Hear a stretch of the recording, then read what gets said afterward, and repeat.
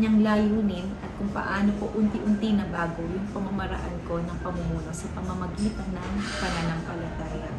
Salamat sa ating mga kapatiran na nabigyan po ako ng isang pagkakataon upang maibahagi ang aking karanasan at masagot yung mga 10 katanungan. Yung 10 pangunahing tanong po sa leadership testimonies ay akin pong uumpisahan. Paano mo na makita na ang lugar mo ngayon ay iyong mission field? As I see that 3DS Builders is my mission field because I believe that 3DS isn't just a business.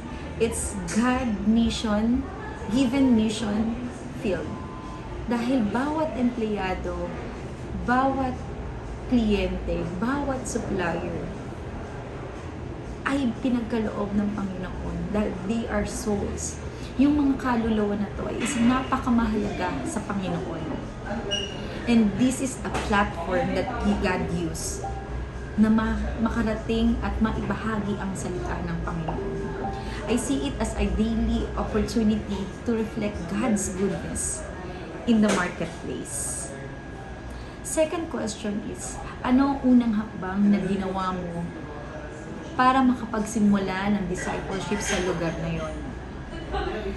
My first step in discipleship po is, first, I prayed to God to give me an courage and wisdom and strength how will I start this kind of journey? How I was gonna start this kind of process.